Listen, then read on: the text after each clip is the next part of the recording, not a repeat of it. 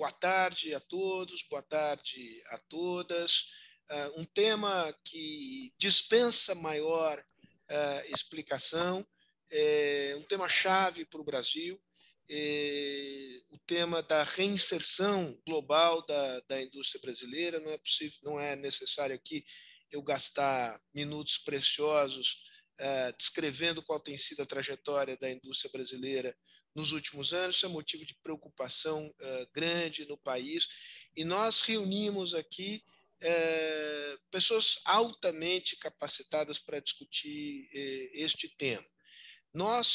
Eu me refiro não só à Fundação Fernando Henrique Cardoso, eu diria, sobretudo, aos síndios também. E aqui eu queria agradecer a Sandra, ao Pedro, ao Zé Augusto por esta parceria, porque ela só se tornou possível porque os síndios vêm produzindo um conjunto de estudos importantes sobre o tema dos desafios da indústria brasileira. Então, a parte substantiva deste evento se deve aos síndios, e sobre isso falará em breve o Pedro da Mota Veiga, que comigo aqui tratará de fazer a moderação desse debate. Regrinhas do jogo e etapas do jogo. José Augusto Coelho Fernandes é autor do artigo que dá base a esta nossa conversa aqui, fará uma exposição sobre este texto publicado pelos Síndios. Ele fará essa exposição em cerca de 15, 20 minutos. Em seguida, haverá comentários do Pedro Vonchovsky e do André Clark, que dispensam maior apresentação. São duas lideranças importantes da indústria brasileira, com uma larga trajetória na indústria e uma reflexão a respeito dos seus desafios. As pessoas que não estão aqui, digamos, dentro do Zoom, mas que estão na plateia, podem encaminhar perguntas. Essas perguntas serão selecionadas e, na medida das possibilidades, levadas aqui aos nossos participantes. Eu queria pedir um minuto apenas para fazer um agradecimento institucional, em nome da Fundação Fernando Henrique Cardoso, às empresas que patrocinam a programação anual da entidade. Eu queria agradecer a todas e a cada uma delas por nos permitir fazer este e outros eventos. E, sem maiores delongas, basta apenas agradecer imensamente aqui ao Pedro, ao Zé Augusto e ao André pela disponibilidade de estar aqui conosco essa tarde, para o que eu tenho certeza será uma conversa interessante. Pedro, da Mota Veiga, não Vonchovsky por enquanto. A palavra é tua, para depois a gente dar a palavra ao Zé Augusto. Obrigado, Sérgio. Eu vou contextualizar um pouco o trabalho do Zé Augusto no quadro do projeto que o Síndio está tocando. Vou fazer isso rapidamente, porque acho que o principal é a gente discutir o paper do Zé Augusto. Isso é um projeto que a gente começou no meio do ano passado, pensando em tê-lo mais ou menos pronto agora em junho, julho, para alimentar o debate pré-eleitoral, né? Como a gente já tinha feito em 2018, 2017 e 2018, fizemos de novo agora em 2021 e 2022. A gente achou que era importante, houve e está havendo muita mudança no contexto internacional e na discussão sobre políticas comerciais, etc. Então, a gente dividiu, são 6 temas que a gente está tratando, né? O primeiro foi um trabalho feito no meio do ano passado, que balanço e perspectiva do governo atual em relação à política comercial, o que tinha sido feito, o que não foi feito, o que podia ser feito. Um segundo tema foi sobre o cenário internacional, ambiente internacional, novas formas de protecionismo, cadeias de valor, essa discussão sobre a redefinição de cadeias de valor. Esse foi o segundo paper. O terceiro paper, cronologicamente, foi o do Zé Augusto, que é um paper sobre indústria e as transformações o que vem passando a indústria no mundo, que para nós um pouco é a referência. Quer dizer, nós temos esse trabalho tem um grande investimento em repensar o que pode ser, discutir o que pode ser um novo ciclo de industrialização no Brasil compatível com uma economia mais aberta. Então, o Zé Augusto deu a contribuição dele nessa área. Acho que a contribuição dele vai muito além da discussão sobre liberalização comercial, mas, ao mesmo tempo, mostra como, no contexto da discussão que ele propõe, a liberalização comercial é o item inescapável, pelo menos é essa a minha leitura aqui do trabalho dele. Um quarto paper é sobre os acordos comerciais, que contribuição eles podem dar para um movimento de integração do Brasil ao mundo, a percepção de que esse quadro mudou bastante, as chances hoje são menores, a contribuição que eles podem dar são menores, porque há hoje no mundo uma certa rejeição de acordos comerciais em vários países, em várias regiões. E mais dois papers, um sobre impactos sociais da liberalização e que políticas podem ser utilizadas para mitigá-los, e, finalmente, um paper sobre liberação comercial e desenvolvimento sustentável, para discutir que implicações tem a abertura comercial para emissão de gases de efeito estufa, etc. Então, os 6 papers são feitos. Para cada paper desse, a gente circulou entre um grupo de pessoas, entre os quais somente aqueles que fazem parte do conselho curador que a gente criou quando começou o projeto, o Edmar Bassa, o Pedro Passo, o Maurício Mesquita, o Zé Augusto, além do próprio pessoal do Sint. Isso mesmo. Então, estamos com todos fizemos seminários para cada um, e os textos foram publicados pelo Sint, estão disponíveis no site do Sint, e agora nós estamos na fase de consolidação dos trabalhos e de síntese e de elaboração das recomendações de política. E aí vamos tratar de ver como a gente divulga isso, o resultado final do trabalho. Mas, enfim, o trabalho do Zé Augusto se insere nesse contexto. Como eu disse, acho que é um trabalho que dá uma contribuição grande ao debate de industrialização, inserção internacional do Brasil, e, portanto, eu acho que era isso que eu queria dizer, só para situar no contexto, e passo a palavra para o Zé fazer a apresentação do trabalho dele. Obrigado, muito bom, Sérgio. muito bom. É isso, Zé, a palavra é sua. Só lembrando, Pedro, que a gente combinou, tomara que a gente consiga concretizar isso, pelo menos mais um seminário em parceria, tendo como tema o tema da mitigação dos impactos sociais de processos de abertura. Mas isso Perfeito. é só para dar um saborzinho aqui do que vem pela frente.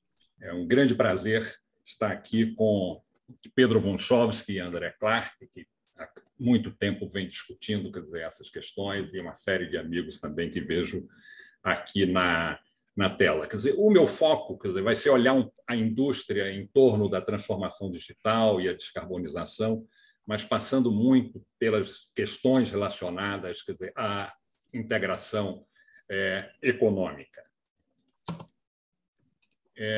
Acho que aqui tem um pouco a agenda, não vou descer nela agora, mas eu queria começar com as mensagens que eu acho que vão ser construídas ao longo dessa apresentação. Quer dizer, primeiro é que há agendas inconclusas e novas que precisam ser enfrentadas, quer dizer, nós vamos dar destaque ao papel da política comercial, da política tributária.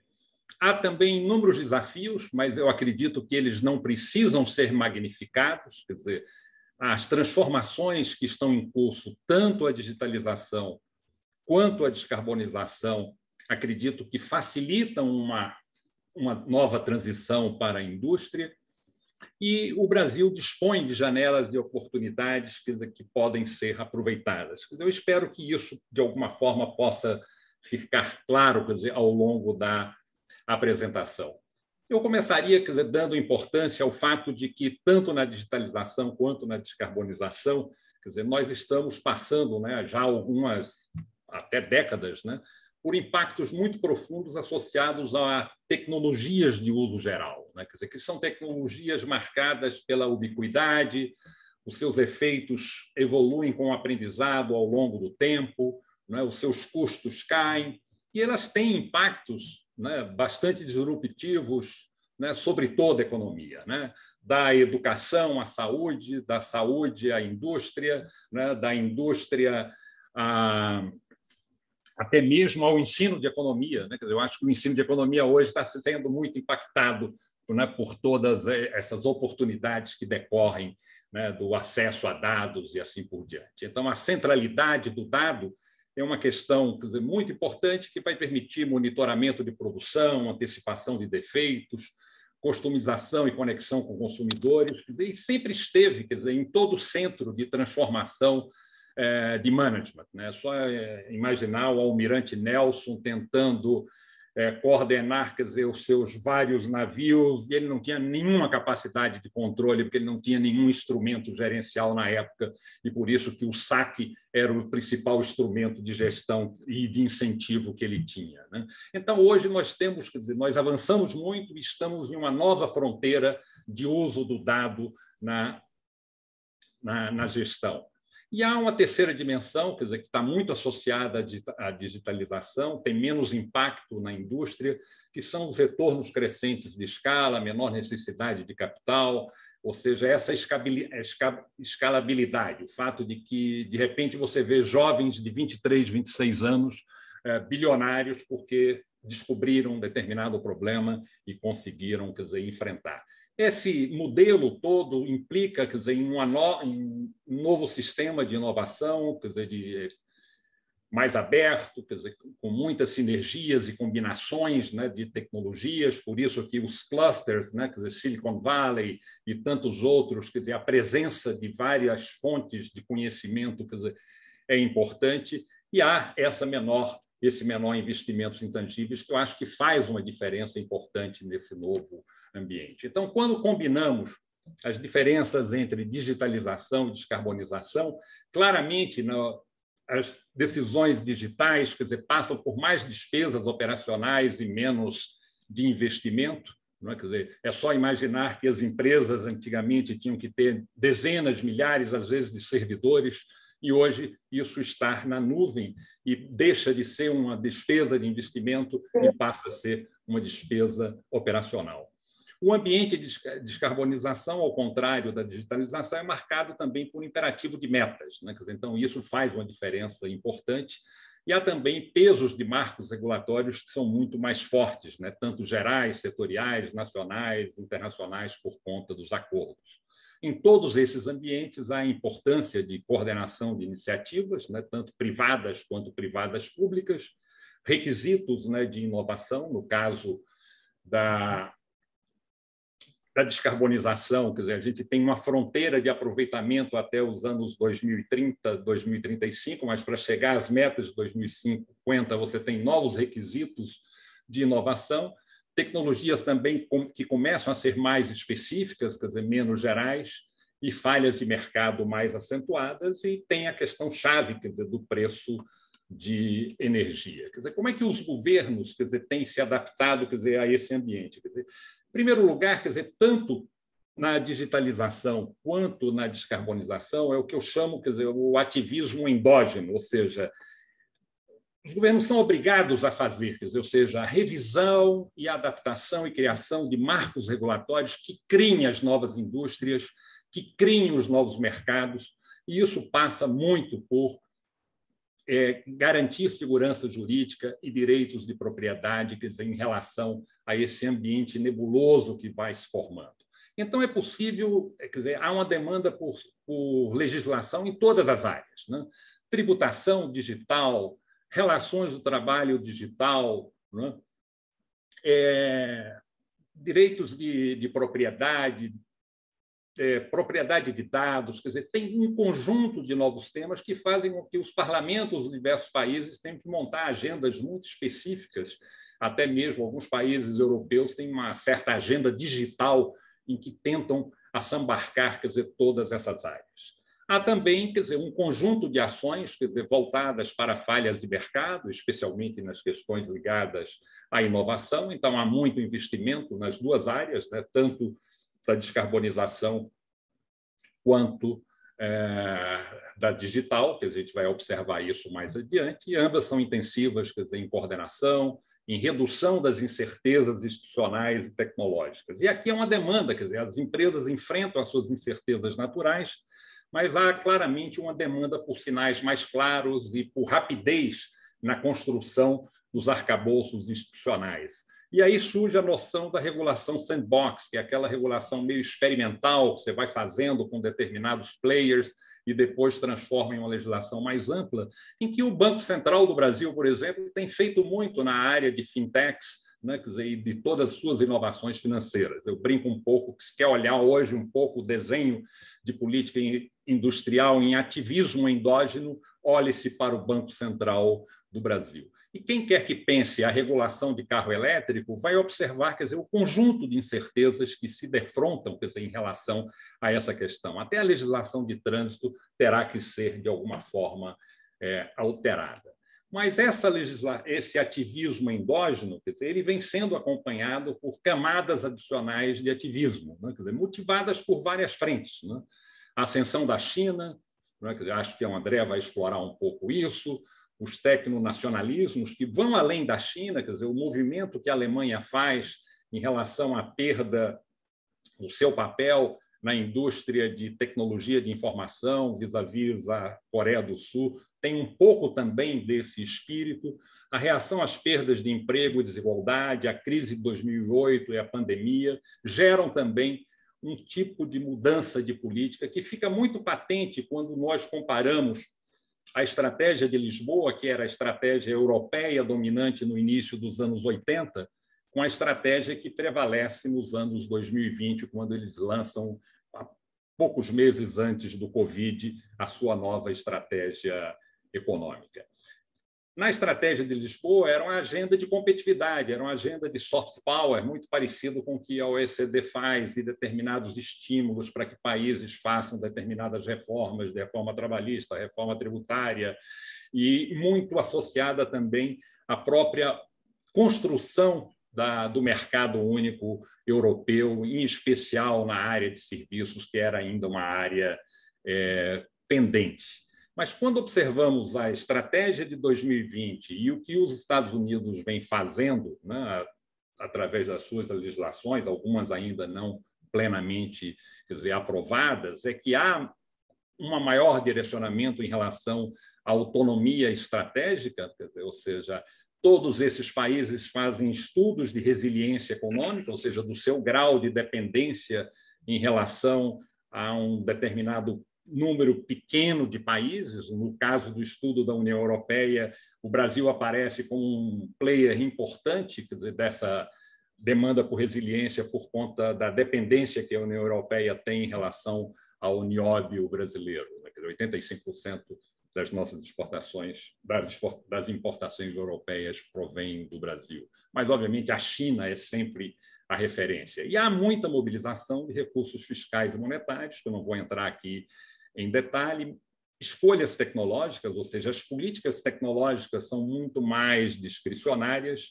e passa a ver, quer dizer, em vários dos países, quer dizer, o investment screening, ou seja, a avaliação, né, de fusões, incorporações, há mudanças na política de competição que ficam menos fortes, quer dizer, e passam a garantir, quer dizer, a possibilidade de campeões nacionais. E a União Europeia passa a trabalhar o conceito de ecossistemas industriais, em que escolhe 14 megasetores, que, olhando esses setores, praticamente não fica ninguém do lado de fora, e muita atenção às normas técnicas e compras governamentais. Eu não quero aqui entrar em detalhes sobre isso, é mais conhecido, e aqui cabe talvez a gente tentar entender melhor, quer dizer, as janelas de oportunidades, principalmente começando pela transformação digital. A primeira observação é que não há um cookbook, ou seja, não há um livro de receita. Quer dizer, como entrar, quer dizer, nesse ambiente varia de acordo com o perfil da empresa. Obviamente, você precisa ter já ultrapassado os problemas de qualidade e produtividade, né? O Brasil tem uma estrutura extremamente, quer dizer, heterogênea, e sua capacidade de fazer escolhas. Mas qualquer empresa grande hoje no Brasil tem que pensar a sua estratégia digital, né? Quer dizer, como é que ela vai programar, quer dizer, as suas atividades ao longo do tempo, como na década de 70 elas faziam seus planos diretores de informática, né? Quer dizer, mutatis mutandis, hoje eles têm que pensar a sua estratégia digital, mas há um espaço para ações ad hoc, né? Quer dizer, e essas ações ad hoc são relativamente mais baratas do que no passado, porque o peso de intangíveis é muito grande, ou seja, muitas dessas transformações podem ocorrer com retrofits dos bens de capital disponíveis. Então, você tem aí uma janela de oportunidade que vai dando fôlego, porque esse movimento você está sendo feito aqui no Brasil, mas também os seus competidores também não estão rasgando todo o seu capital e também estão fazendo aperfeiçoamentos aqui e ali. Mas isso, como vamos observar, é uma janela de oportunidade de tempo limitado. Acho que uma outra janela aqui, um outro fator importante é que não existe nenhum obstáculo estrutural ao acesso a essas tecnologias. Quer dizer, essas tecnologias estão disponíveis no mercado, né? Por mais diversos atores, quer dizer, desde o André aqui com a Siemens, mas eu posso ter a TOTUS e a Stefanini, que eram empresas brasileiras, elas também se transformaram e hoje estão provendo serviços nessa área. Um jovem que saiu de uma universidade poderá ser um consultor sobre um setor específico e resolver problemas de uma pequena e média empresa. Existem centros tecnológicos no Brasil, em universidades, etc. Então, eu não vejo aqui, quer dizer, uma grande restrição, quer dizer, é um sistema de oferta bastante variável. E como a indústria tem limites à sua escalabilidade, ela cria um potencial de construção de uma indústria de serviços avançados para resolver os seus problemas. Então, aqui também é algo interessante de ser visto. Então, nós temos agora várias oportunidades no retrofit, mas existe, quer dizer, o ambiente do greenfield que poderá gerar mudanças mais profundas, quer dizer, dentro desse sistema, porque aí você já vem com ganhos de produtividade muito elevados. Eu cito no artigo o caso de uma empresa de embalagem de vidro, ou seja, ela não investia no Brasil porque a escala requerida era muito elevada e ela tinha que produzir muito perto do mercado consumidor. Quer dizer, então, ela tinha dificuldade de se posicionar, quer dizer, os investimentos requeridos eram muito elevados. Com as novas tecnologias, ela pode criar 2 empresas no Brasil com um consumo de energia bastante inferior e viabilizou economicamente, quer dizer, os 2 investimentos.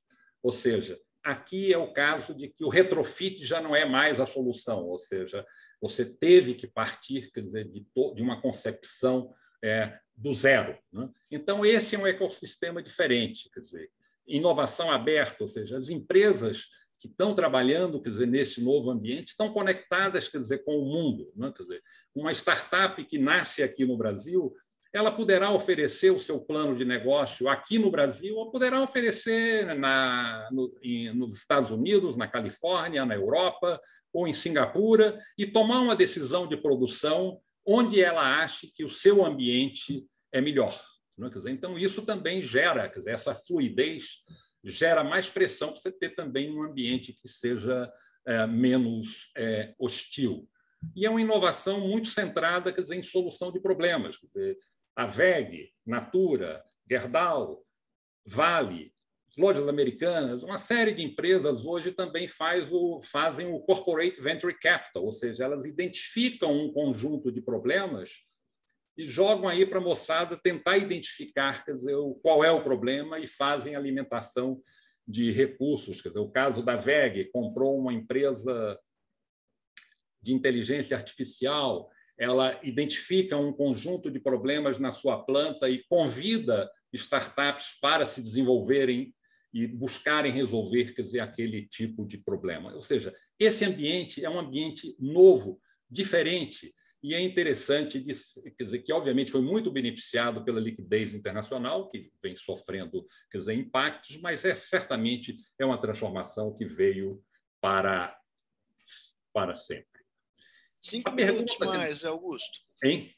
5 minutos mais. Ok. A questão aqui, quer dizer, é o que é relevante, né? Quer dizer, na nossa conexão com a economia internacional. Primeiro, acesso a tecnologias e insumos. Segundo, a questão do investimento. Terceiro, a questão das exportações. E não deixaria de mencionar, quer dizer, a qualidade regulatória. Aqui, em relação às tecnologias de informação, quer dizer, é um sinal de alerta, ou seja, 50% dos ex-tarifários vigentes hoje são produtos em tecnologia de informação. Então, isso mostra que aqui eu tenho um problema e as nossas tarifas são muito superiores às dos demais países latino-americanos. Então, isso está presente em tecnologia de informação, que é essencial para a digitalização, e está presente também Então, vocês observem aqui como a tarifa brasileira, quer dizer, é mais elevada, e é presente também no acesso a tecnologias ambientais avançadas. Ou seja, se eu quero também buscar, quer dizer, uma economia verde, se eu tiver também tarifas muito elevadas, eu terei maior dificuldade, como o Biden acabou de mostrar essa semana ao permitir, quer dizer, o acesso a tecnologias produzidas na Ásia com tarifas menos elevadas. Os investimentos também sofrem, quer dizer, transformação. Há necessidade, nesse sistema de inovação aberta, de mais conexão com o mundo. E, infelizmente, quer dizer, o nosso sistema tributário, quer dizer, que trata do investimento e que trata da importação de serviços, que é essencial para o Brasil como hub de investimentos, ele é bastante também desfavorável.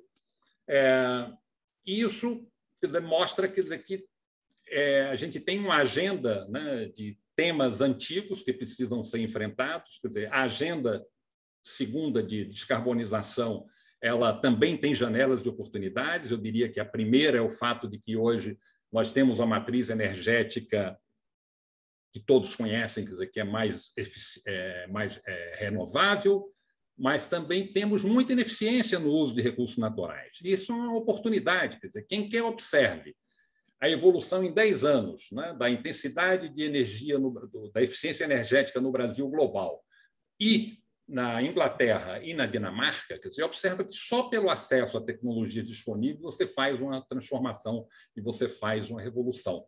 Então, e a economia digital também é uma fonte, quer dizer, importante de transformação e de suporte, quer dizer, a essa agenda. E aqui eu diria que talvez o tema mais importante para a indústria, né, olhando esse mundo de descarbonização, vai ser a política energética, ou seja, o preço de energia, quer dizer, eu diria que deveria ser a obsessão de uma agenda industrial, quer dizer, no Brasil.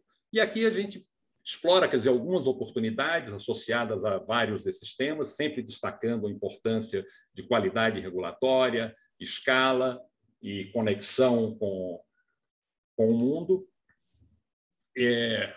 No caso do hidrogênio, que é considerado, quer dizer, uma oportunidade para a última milha, principalmente para os setores mais intensivos, há estudos, principalmente da McKinsey, que dão uma indicação de que isso é uma agenda possível, mas eu diria que, já finalizando, quer dizer, para a gente permitir um maior debate, quer dizer, eu menciono aqui, quer dizer, os dilemas associados à baixa produtividade, que estão muito associados à nossa agenda antiga, ou seja, a gente não consegue fazer esse movimento sem passar por uma revisão, né, da política comercial, do sistema tributário anti-investimento e anti-exportações, as políticas de incentivos estaduais, que todas elas têm um forte incentivo a reduzir, a ampliar os problemas de escala das empresas, reduzindo a sua eficiência, ou seja, mesmo resolvendo o custo Brasil, se esses elementos aqui estão presentes, eu sempre terei uma indústria de baixa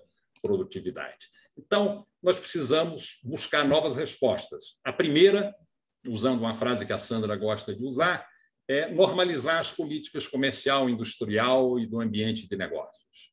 A segunda é priorizar a qualidade regulatória, quer dizer, e a competição. Quer dizer, a qualidade regulatória é absolutamente essencial para todas essas áreas que eu fiz referência, tanto a digital quanto a descarbonização.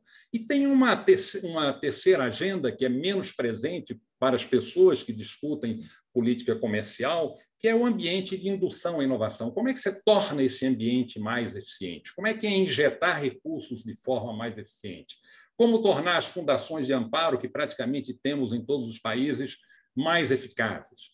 Como tornar eficaz a reforma do ensino médio, que é absolutamente fundamental? Como desenvolver startups e parques tecnológicos? Como desenvolver projetos orientados à missão? O que é que a gente aprendeu com a vacina? Quer dizer, a vacina é algo generalizável ou apenas se aplica quando você conhece bem o problema? E a gente tem todo um sistema universitário que precisa ser chacoalhado. Quer dizer, eu acho que o Horácio, o Pedro os Pedros, né, Gonçalves e Passos, fizeram um artigo recente sobre isso que vale a pena a gente revisitar. E, por último, quer dizer, como adaptar as instituições para essa economia de intangíveis. Então, nós temos várias respostas, temos 4 preços que precisamos chamar a atenção: os preços de bens e serviços de telecomunicações e informática, o custo de disponibilidade da energia renovável, o custo das tecnologias verdes e o preço dos carbonos. Então, acho que esses aqui são os preços orientadores desse processo de transformação que, independentemente das políticas, nós precisamos chamar a atenção. A pergunta final, quer dizer, se esse novo polo da economia digital e verde cria na economia, quer dizer, uma nova área, né, quer dizer, que se insere dentro da economia política da proteção, e enfatizo mais uma vez a importância da qualidade regulatória, a política de proteção se deslocar como instrumento da política para maior suporte à inovação e desenvolvimento tecnológico, e enfrentarmos essa agenda, e mesmo olhando, quer dizer, as experiências heterodoxas que são hoje presentes, quer dizer, nos Estados Unidos e na Europa, eu diria que o sentido geral dessas políticas examinadas ainda se localiza na área de pesquisa, desenvolvimento e inovação. Com isso, eu agradeço e ficamos para o debate. Obrigado. Zé Augusto, excelente exposição, cobriu aí um vastíssimo terreno numa apertada síntese. Eu vou passar a palavra ao Pedro Gonçalves, porque já avisando de antemão que ele tem uma restrição inamovível de horário aí às 18h30, sob pena de perder um voo. Então, Pedro, você faz o primeiro comentário no limite de 10 minutos, depois o André faz o segundo. Boa tarde a todos. Eu queria primeiro dizer que o trabalho de Zé Augusto é muito bem preparado. Eu acho que é uma excelente base sobre a qual a gente pode conversar. Eu vou começar reafirmando um pouco óbvio. E óbvio é muitas vezes esquecido. A relevância da indústria para o país, né? A despeito da indústria brasileira ser hoje responsável, a indústria de transformação em particular, por 11% do PIB, ela continua, ela recolhe 24% dos impostos, ela é responsável por 2/3 da atividade de pesquisa e desenvolvimento privada no Brasil, ela paga melhores salários, ela tem o maior índice de empregados formalizados. Segundo, por mais loas que a gente tenha para a agricultura, para o agronegócio e para o setor de serviços, ambos dependem fundamentalmente de um setor industrial forte. Quer dizer, não existe agricultura moderna sem irrigação, sem equipamento, sem trator, sem drone, sem computador, sem fertilizante, sem defensivo. Ou seja, o agronegócio só funciona porque ele é cercado de indústria por todos os lados. Serviços, a mesma coisa. Quer dizer, o sistema financeiro, comunicações, todas essas áreas hoje são fortemente dependentes de equipamentos para poder viver, para poder prestar o seu serviço. O segundo comentário inicial diz respeito à rentabilidade histórica da indústria no Brasil. O professor Roca, que eu acho que é conhecido de todos, faz um trabalho sistemático em que ele analisa, ele compara o ROIC, o retorno sobre o capital investido do setor industrial brasileiro, com o OC, com o custo médio ponderado de capital de uma empresa industrial típica. E nos últimos 15 anos, o retorno sobre o investimento, sobre o capital destas empresas é sistematicamente abaixo, alguma coisa entre 15% e 20% abaixo do custo médio ponderado de capital. Quer dizer, não gera riqueza, não gera EVA. Então, qualquer solução para a indústria brasileira a longo prazo terá que implicar num aumento da rentabilidade da indústria. É um pouco causa e um pouco consequência. Quer dizer, a indústria, como ela é pouco produtiva, ela é pouco rentável. Na medida que a produtividade aumentar, a rentabilidade tende a aumentar e a rentabilidade, evidentemente, gera inovação, gera escala, gera ampliação, modernização, digitalização e assim por diante. levando potencialmente a uma rentabilidade maior. Quer dizer, esse é um círculo virtuoso no qual a indústria brasileira tem que entrar, né? Se fala muito de que é irreversível uma redução da participação da indústria no PIB, que isso acontece em todos os países na medida em que eles enriquecem. É verdade, é parcialmente verdade, foi verdade na Austrália, foi verdade no caso do Reino Unido. O problema é que a indústria brasileira decresceu sem que o país crescesse, sem que o país enriquecesse, né? Quer dizer, o nosso PIB per capita subiu muito pouco e a indústria caiu muito, diferentemente do que aconteceu com os outros países. E daí é que se fala muito na tal da desindustrialização precoce, no caso específico brasileiro. Bom, o que se pode fazer a respeito? Não? Acho que essa talvez seja a questão central.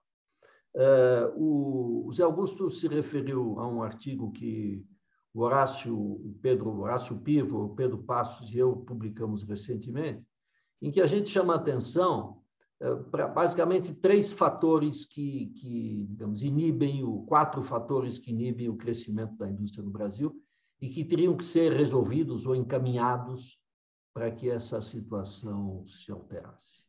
O primeiro é o ambiente de negócios brasileiro, genericamente falando, né? Estamos falando aí das coisas usuais, um sistema tributário bizarro, ou se quiserem, bizantino, complicado, caro, oneroso, difícil, uma justiça tardia e um contencioso tributário gigantesco da ordem, aí hoje, acho que cerca de 70% do PIB, que é um número absolutamente absurdo, né, para uma economia como a brasileira, quer dizer, o tamanho do contencioso tributário, todas as questões conhecidas de logística e tal. Então, estamos falando do fato de que o ambiente brasileiro não é, a rigor, business friendly, não é amistoso para o setor empresarial em geral e para o setor industrial em particular. Então, o primeiro grupo são essas condições sistêmicas que têm que ser alteradas para tornar a indústria atrativa, né? A segunda questão é a abertura, a integração da indústria brasileira com o mundo. A indústria brasileira é muito isolada, o seu desenvolvimento se deu fundamentalmente com um conceito de substituição de importações, que teve seu tempo, teve seu espaço, mas está obviamente superada. Quer dizer, em outros países, ela se deu por um fomento às exportações, né? Export-led industrialization, este é o nome, digamos, mais adequado, é a tendência mais adequada que o Brasil deveria passar a seguir.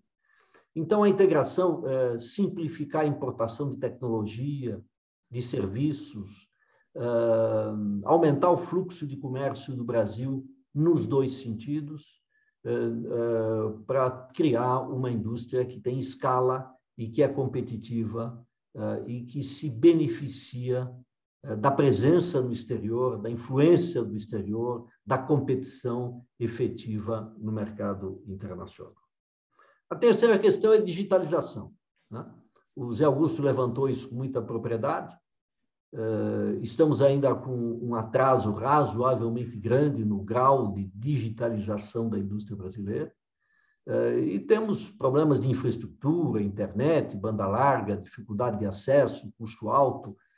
Então, a digitalização da indústria é uma condição indispensável para aumentar a produtividade, melhorar a qualidade, reduzir resíduos e assim por diante. E, finalmente, last but, mas obviamente não least, é a questão da sustentabilidade. Quer dizer, o Brasil tem uma oportunidade única de transformar a sua indústria numa indústria mais sustentável, usando recursos naturais, usando energia, usando o conhecimento que temos aqui.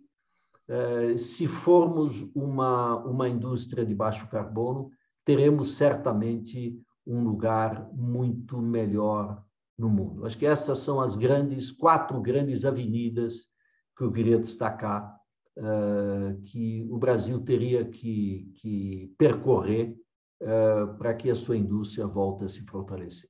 E atrás disso tudo tem a busca da produtividade e tem um incentivo e um fomento à inovação. Quer dizer, nada disso vai acontecer se não tivermos profissionais preparados, se não tivermos uma estrutura de ciência e tecnologia forte, se tivermos uma universidade bem montada, se tivermos instrumentos usuais de financiamento à inovação, em alguns casos de subsídio à inovação de alto risco, inovações disruptivas.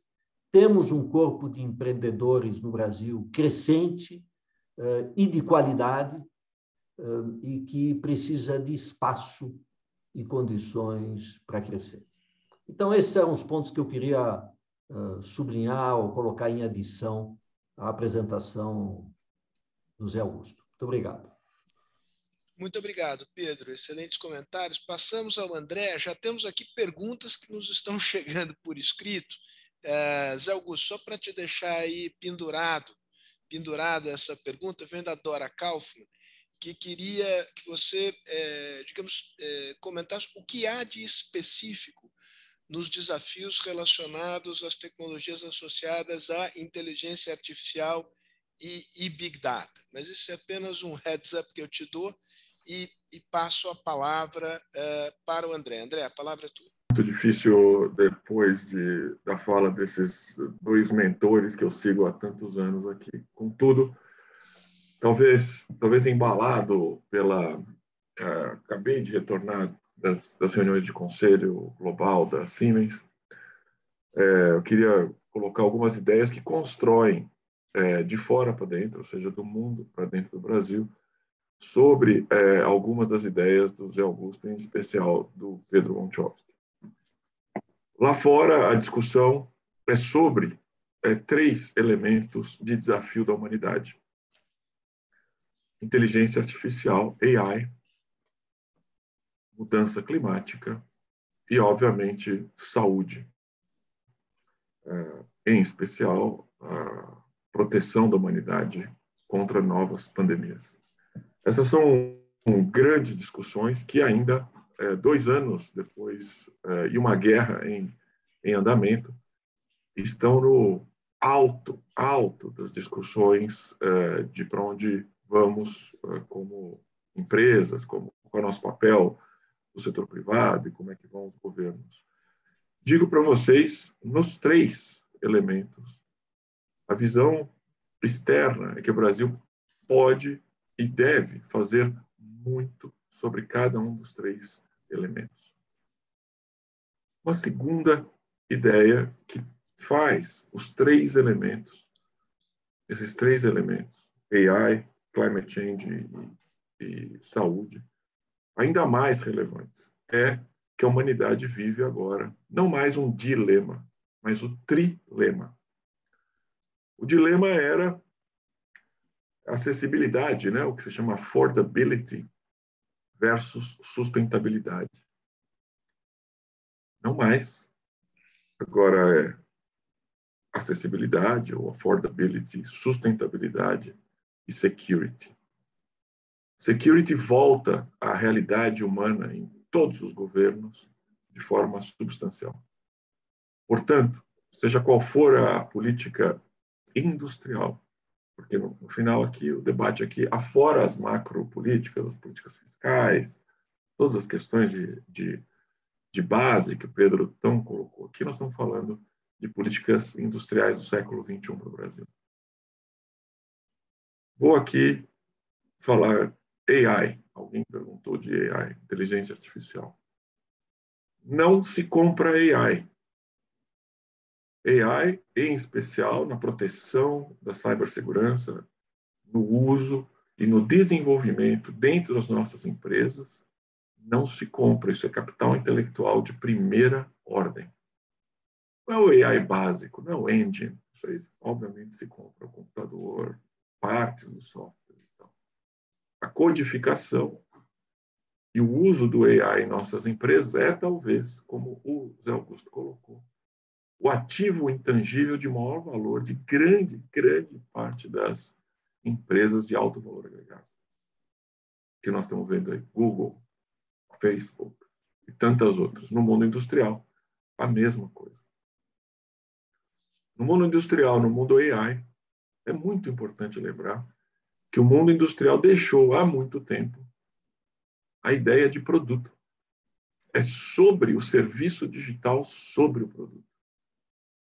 Não há, no mundo industrial pesado, e eu trabalho com infraestrutura de alta voltagem, alta geração e assim por diante, não há interesse nosso mais de fornecer produto. A gente fornece produto e everything else de serviços, e eles são todos digitais e são todos baseados em inteligência artificial. Essa estrutura de inteligência artificial, o Brasil, por incrível que possa parecer, é competitivo. Nós temos 2 centros aqui no Brasil, desenvolvendo para o planeta. Mudança climática. O mundo espera uma ação do Brasil em mudança climática, mas, Zé Augusto, do ponto de vista de energy policy, o Brasil como solução, e o Brasil é solução para a questão de energia global através do hidrogênio verde. A economia do hidrogênio é inexorável. O Brasil é talvez a economia que pode se mais beneficiar disso. É a economia hoje de menor custo marginal de energia renovável do planeta. Não tem outra economia com a escala e com o custo que o Brasil tem. Talvez, e é importante lembrar, fruto de uma das políticas industriais mais bem conduzidas do próprio BNDES. Eólica hoje é extremamente competitivo no mundo.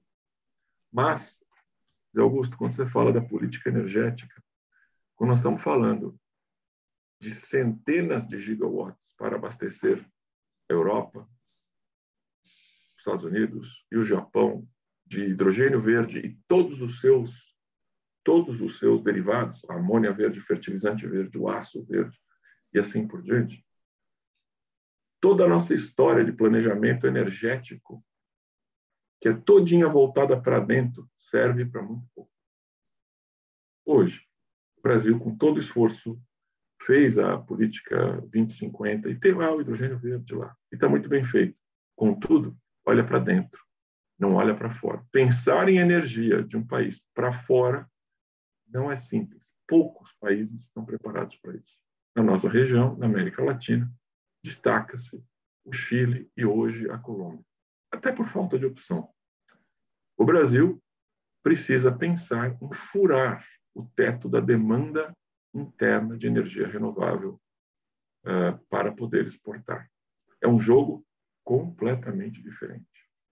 As ferramentas de planejamento, a EPE, o nosso Ministério de Minas e Energia, não estão preparados para isso nesse momento. Estão se preparando muito rapidamente. Por último, saúde. O mundo olha a performance brasileira na fabricação de vacinas e aplaude. Nós somos um lastro de competência e de segurança contra pandemias na América Latina e outros países. Nós somos vistos aqui, o nosso Instituto Butantan, a própria Fiocruz, no Rio de Janeiro, vista como enorme ativo de ciência, tecnologia e desenvolvimento industrial. Portanto, assim, política industrial do século XXI. Ela é verde, ela é de alta tecnologia, ela é para fora. Obrigado. André, excelente. Né? Você veja que os seus mentores fizeram um trabalho excepcional. Né? O mentorado não fica em nada a dever aos mentores. Sou bom aluno, bom aluno. Bom aluno, aplicado e obediente. Maravilhoso. Muito bom, André. Olha, eu sugeriria o seguinte, vamos abrir aqui, começando pelo Zé Tavares, que levantou a mão. Vamos recolher uma pergunta do Zé Tavares e aí o Zé Augusto comenta os comentários e responde a pergunta do Zé Tavares, sem se esquecer do comentário da Dora Kaufmann sobre a especificidade da inteligência artificial. Zé Tavares, faça aquele esforço de reportagem, uma pergunta concisa. Vai ser um comentário conciso, eu não tenho pergunta. Primeiro, elogiar o Zé Augusto pelo excelente trabalho O trabalho do Zé Augusto tem uma característica que ele, por modéstia, não destacou ao apresentar, que é o pragmatismo. É um texto muito pragmático ao tratar todas as questões de política, as questões, os desafios de caráter institucional, etc.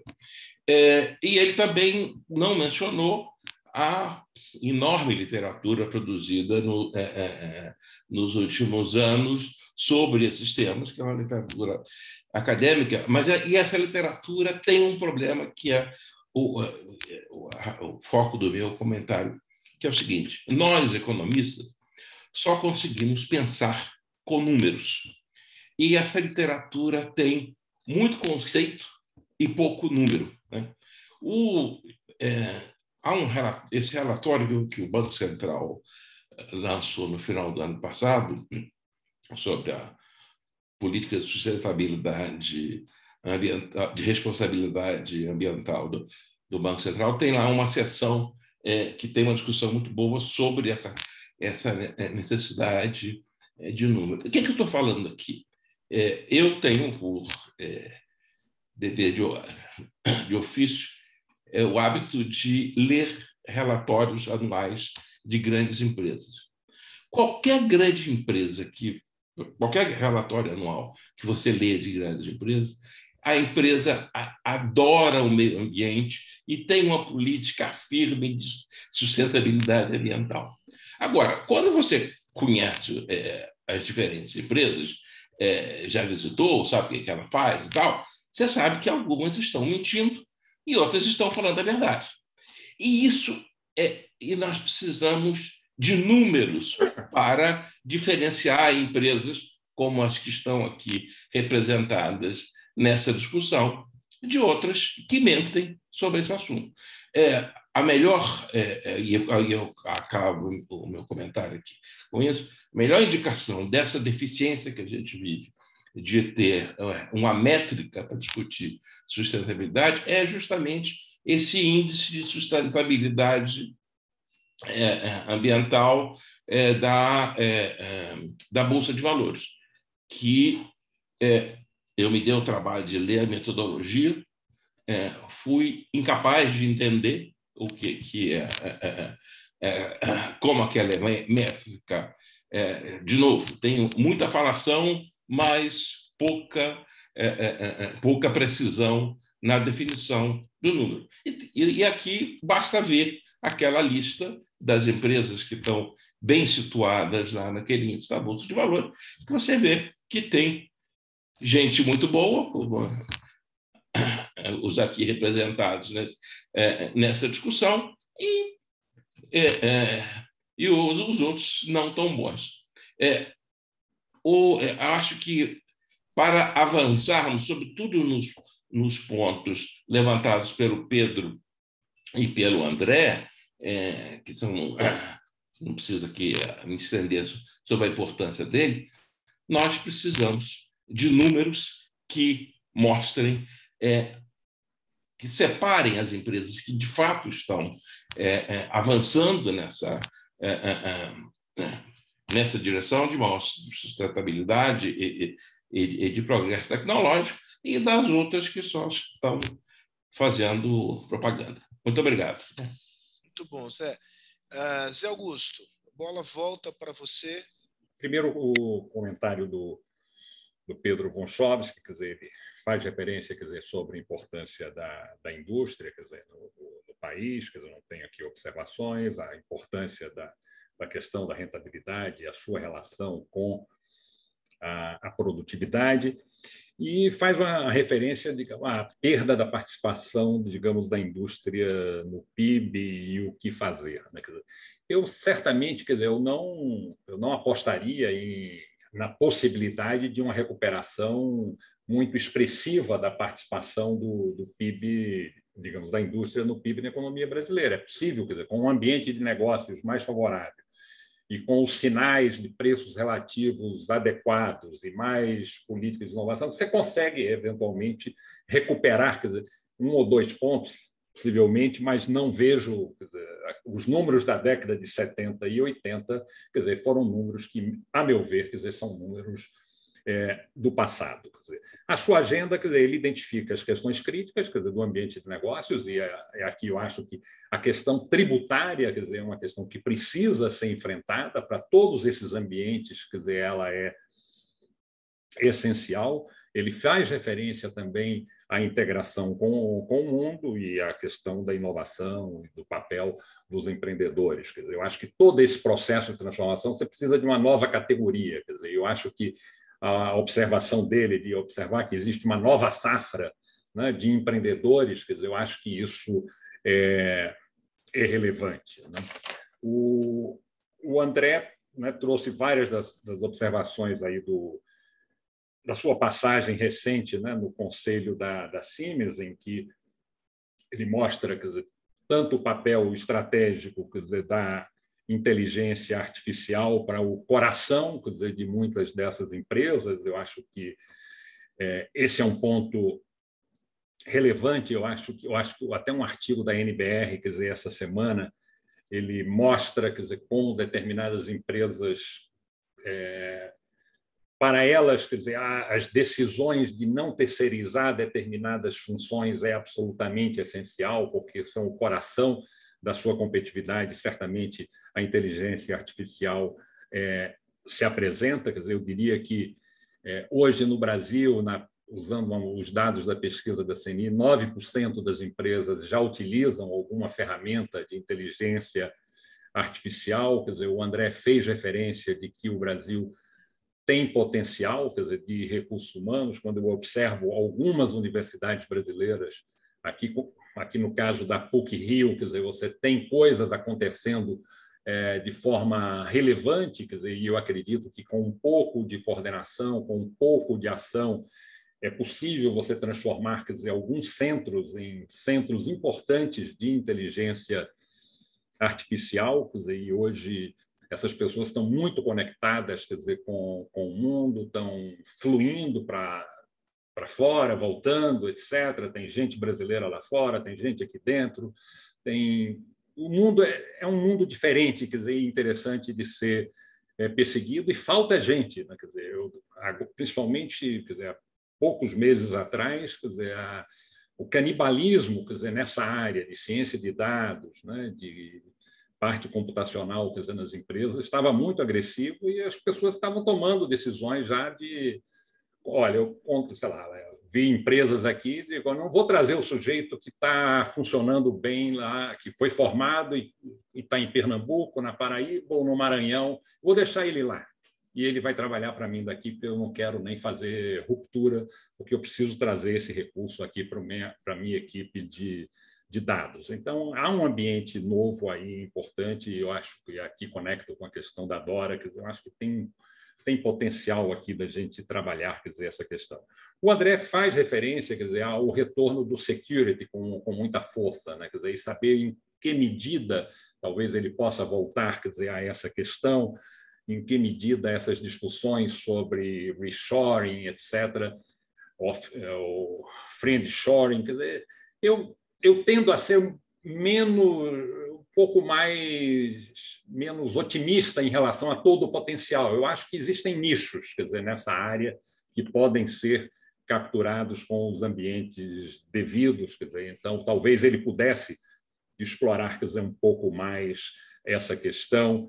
E ele fez referência também à questão do preço de energia e da sua conexão com o mundo. Talvez esse também fosse um ponto a voltar.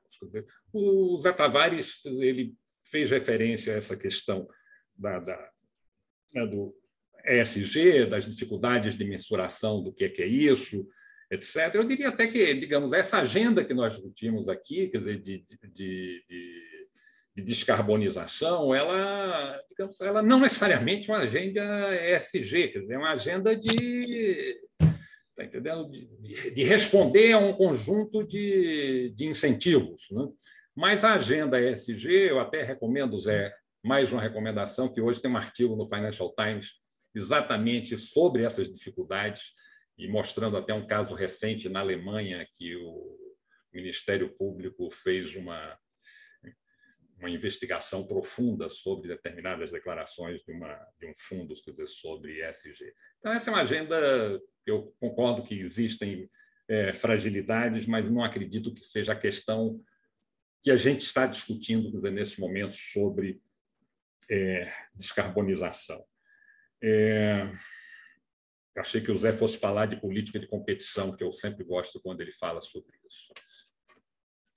Acho que é isso. Eu não sei se tem Horácio, Horacinho está com a mão levantada. Eu não levantei a mão, mas eu também tenho uma pergunta. Vou abusar da prerrogativa e, evidentemente, que incentivo outros aqui que também o façam. É um ótimo trabalho, paradoxalmente sintético e abrangente. É muito bom, aquele one sheet, né? Maravilha. Olha, eu acho assim, eu acho que nós temos muitos diagnósticos e pouco resultado, né? Deus sabe o esforço que muitos aqui nessa tela e a turma de primeira tem feito para resgatar uma segunda marcha. Não estou dizendo nem uma terceira, não é nem uma quarta. Nós estamos ainda na primeira, e isso quando não estamos andando um pouco para trás, e os dados que o Pedro Wanschoski mostrou apontam para isso, né? Eu não quero politizar, mas eu queria lançar uma pergunta assim: qual será o espaço para avanços sem de fato uma liderança? Não é? Quer dizer, um país de dimensões continentais como o Brasil não pode prescindir de um governo que de alguma maneira use da sua escala para fazer com que as coisas avancem. Quer dizer, assim, uma liderança que tenha a cabeça no lugar. Como diz o Pedro, quer dizer, sem competição, sem produtividade, não anda. Então, você não vai andar, vai ficar patinando no mesmo lugar. E aí tem a ver com cobertura comercial, tem a ver com tudo isso. Você que é um sujeito experiente, que passou por entidades e tudo mais, o que nós podemos fazer? Quer dizer, o que esse núcleo de indústrias abrigados aqui, na MEI, na Embrap, que também são comandados pelo Pedro Wanschoski, de fato podem fazer. Além de, obviamente, pedir aí para o Malan e para o Celso voltarem, né? Acho que eles não vão querer, mas, de qualquer maneira, já seria bem uns 50% do problema resolvido. O que você acha que nós podemos fazer? Quer dizer, à escala, porque há alguma inteligência embarcada, mas será que à escala de indústrias, pensando direito, que pudessem, de alguma forma, empurrar um governo a andar com mais rapidez, principalmente um governo que tivesse um mínimo de liderança? Obviamente, a liderança é fundamental, quer dizer, em todas as áreas. Eu acho que eu tive o prazer, né, de desenvolver para a Casa das Garças, quer dizer, uma série de podcasts, né, sobre a arte da política econômica, e a gente percebe, quer dizer, em vários dos momentos, quer dizer, o quanto, né, a existência, né, de liderança, quer dizer, de mecanismos estruturados de governança, quer dizer, são absolutamente essenciais, né? Então, acho que a gente não tem como escapar, quer dizer, disso. Muitas vezes você, mesmo em ambientes caóticos, as coisas terminam acontecendo. Quer dizer, eu acho que você também não precisa imaginar também ambientes, às vezes, muito idealizados, né? Quer dizer, a gente percebe que, mesmo nesse governo, quer dizer, teve determinados temas que, pela pressão doméstica e internacional, quer dizer, as coisas tiveram que seguir um roteiro um pouco diferente do que estava programado. Então, essa pressão, né, permanente, quer dizer, eu acho que ela é importante, né? Quer dizer, eu acho de toda a sociedade civil. Eu acho que nós temos, quer dizer, a pergunta que eu tenho me colocado, quer dizer, e eu acho que o próprio Pedro Gonçalves fez referência, quer dizer, se existem novos atores, né? Quer dizer, existe uma nova geração, né, de empreendedores que são importantes. Quer dizer, certamente no mundo digital hoje a gente tem, quer dizer, olha a safra. Quando eu fiz um pouco tentei entender o que eram cada um dos unicórnios brasileiros, quer dizer, é um tipo de formação completamente diferente, né, de um empreendedor de 30, 40 anos atrás, né? Quer dizer, são pessoas de formação superior, quer dizer, pessoas que desenvolveram o negócio fora do Brasil e aí descobriram que o seu país, o cara era do Chile ou da Colômbia e não tinha mercado no seu país, e aí descobriram por onde é que tem mercado aqui na América Latina, no Brasil, vieram para a América Latina. Então, você tem histórias aí diferentes. Quer dizer, a pergunta é como é que você mixa, quer dizer, você também, os antigos empreendedores hoje têm uma nova geração também que é diferente, né? Quer dizer, não são os mesmos, as pessoas estão sendo renovadas, mas o nosso sistema político institucional, quer dizer, eu acho que ontem nós ouvimos, né, o Tasso Gereissati aí no CDPP, quer dizer, mostra também, quer dizer, um conjunto, né, de limitações e não temos como deixar também de olhar, quer dizer, a agenda política para facilitar, quer dizer, esse processo de transformação. Em atenção, em resposta um pouco ao que disse o Horácio, veja o seguinte: na medida em que a economia, em que a indústria perdeu peso na economia, ela também perdeu representação política e poder político de fogo. Quer dizer, basta comparar. Alguém já ouviu falar da bancada industrial? Não, mas todos já ouvimos falar na bancada do agronegócio no Congresso Nacional. Tá? Então, é um pouco, quer dizer, a redução da importância da indústria implica no seu enfraquecimento político. Então, isso é uma coisa... poderia haver alguma tentativa de se extinguir o Ministério da Agricultura? Isso é impensável. Agora, o Ministério da Indústria e Comércio, não que ele fosse relevante em si, isso é um pouco... Tanto faz a forma como a indústria é tratada, mas não deixa de ser um sintoma, a extinção do Ministério da Indústria e do Comércio. E, finalmente, eu acho que a terceira questão, só para agitar um pouco mais aqui o plenário, o sistema de representação empresarial no Brasil é muito ruim, muito falho, né? E eu acho que ele também é um pouco responsável pela ausência de um peso maior junto à opinião pública, junto à economia, junto ao Congresso Nacional, junto ao próprio Poder Executivo. Vejo que Pedro Malan também levanta a palavra. Eu vou me permitir, então, em vez de uma pergunta, um brevíssimo comentário sobre a representação política. A própria característica desses novos empreendedores mencionados pelo Zé Augusto, ela intrinsecamente dificulta a representação política. Né?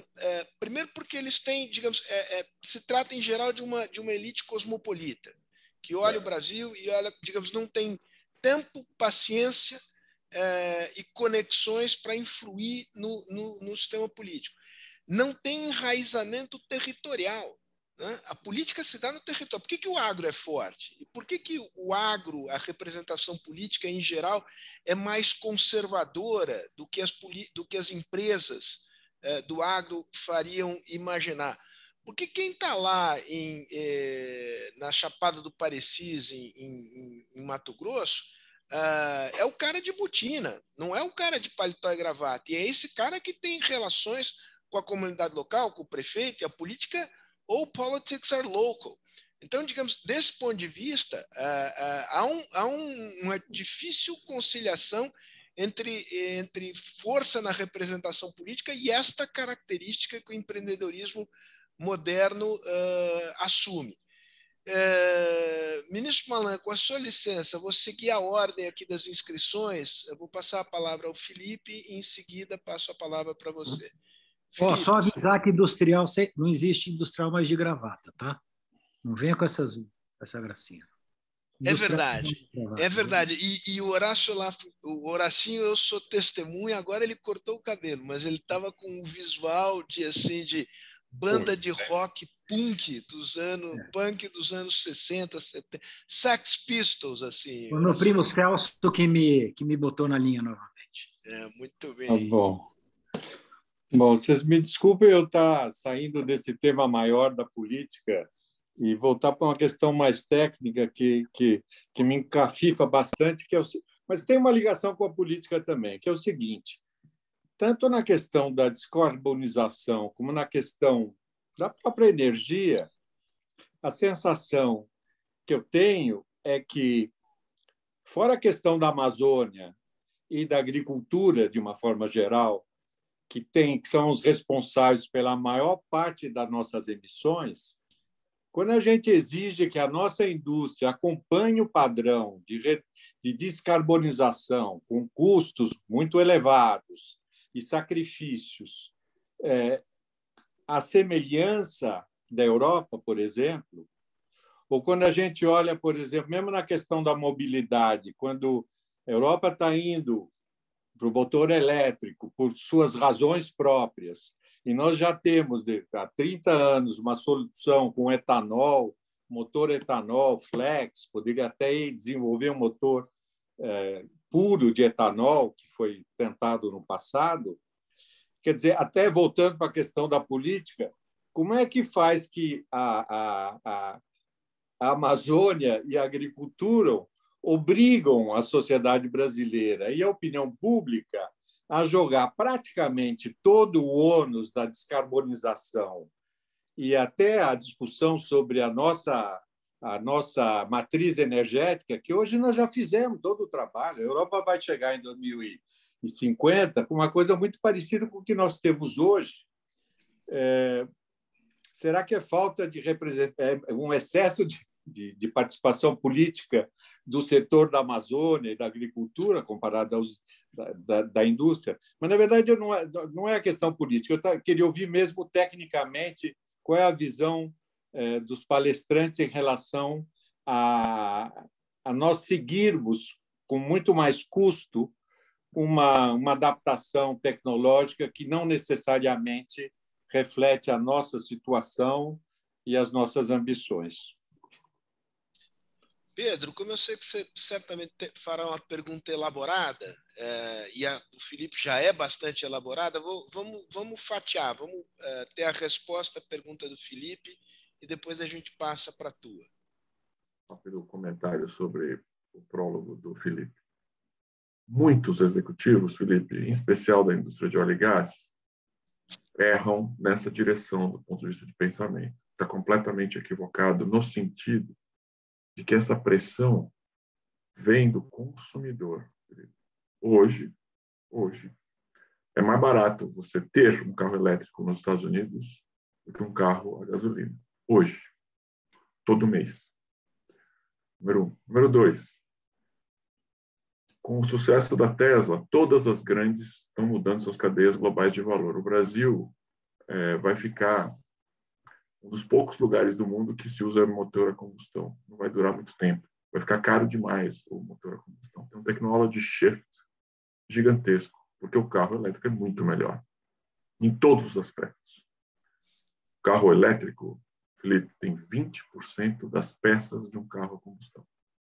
Não tem caixa de câmbio, não tem tanque, não tem tração, não tem nada disso. Ele vira digital. Ele vira um celular. Ele vira um prestador de serviço para o consumidor. E ele traz inteligência artificial. E ele rompe a questão da affordability, muito rapidamente. Ele fica muito barato. Em especial, Felipe, no Brasil, que, como o Pedro escreveu várias vezes no artigo dele, o Brasil é a terceira maior democracia urbana do planeta. Nós vamos adotar mobilidade urbana elétrica de uma velocidade que a gente nunca viu igual. Vai ser impressionante o que vai acontecer. Por último, a questão da Amazônia, a questão vista lá fora de falta de soberania. O Brasil não consegue fazer suas coisas.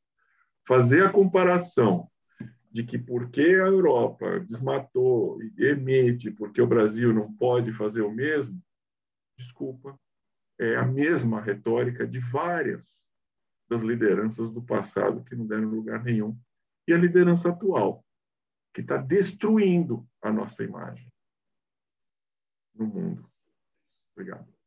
É um prazer estar aqui com vocês. Achei excelente a discussão até agora. Acompanho de longa data aí as contribuições tanto do Síndic, do Zé Augusto, do Edmar, que está aqui presente, que eu espero que faça uso da palavra, e da trinca aí dos dois Pedros, Passos e Gonchovski e Horácio Laffer, em suas excelentes contribuições via imprensa sobre essa questão. O meu comentário, ao fim do qual tem uma pergunta, é o seguinte: eu sou de uma geração em extinção, em que aprendeu cedo com pessoas que ninguém mais lê hoje em dia, mas que sempre achei relevante, E assim, um Arthur Lewis que insistia, analisando a experiência de crescimento no mundo desenvolvido, que o motor de longo prazo, the driver do crescimento de longo prazo, é a mudança tecnológica, a capacidade de não ficar excessivamente defasado em relação a ela, em países que estão mais avançados.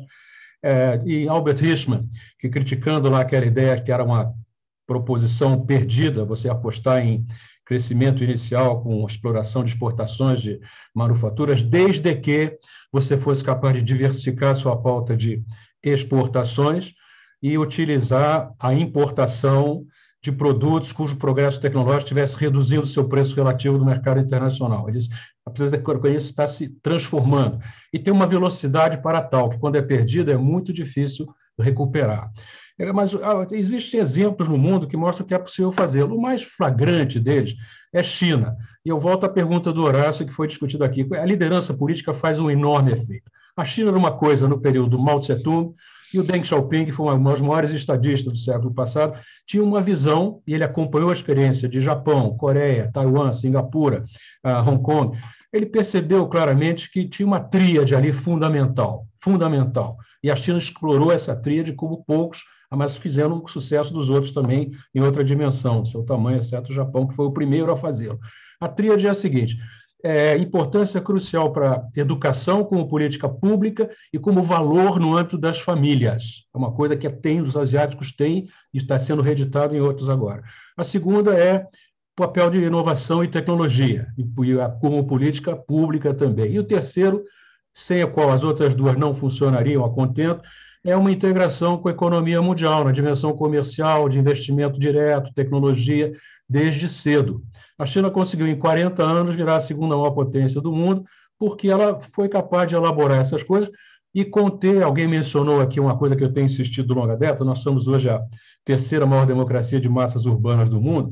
A China conseguiu conter este problema, tem uma taxa de urbanização, a nossa é 87% hoje, eles são 50 e poucos ainda, mas usaram a tríade também para conter o efeito de urbanização e criação de desemprego urbano, que foi, primeiro, uma política que só um governo centralizador, autoritário, consegue fazer, de filho único, que vigiou durante décadas, para conter a sua expansão populacional. Segundo, foi o controle de migração rural-urbana, proibição de certos estabelecimentos em centros urbanos, ou controle deles.